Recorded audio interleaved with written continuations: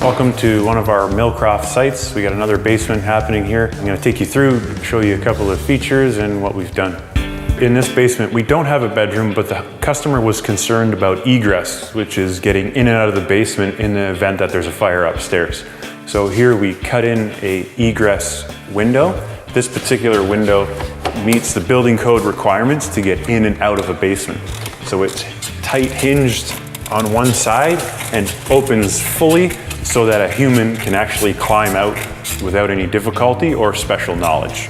A building code requirement in a basement is that your heat runs are dropped towards the floor as well as your cold air returns. Throughout the whole basement, we've dropped the supply airs and the return airs so that we heat the basement just like your main floor is heated, and it becomes more comfortable, and you'll inevitably use the space more when you're more comfortable in the basement.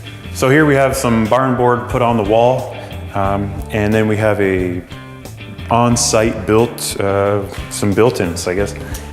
With that, we have a small sketch. So this is put together with our designer in our office and the customer, and our trim carpenter then shows up and he would build this to suit.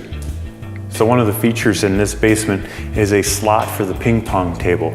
So when it's not being used, the customers can slide the ping pong table in here and keep it out of the way and use the space for other things.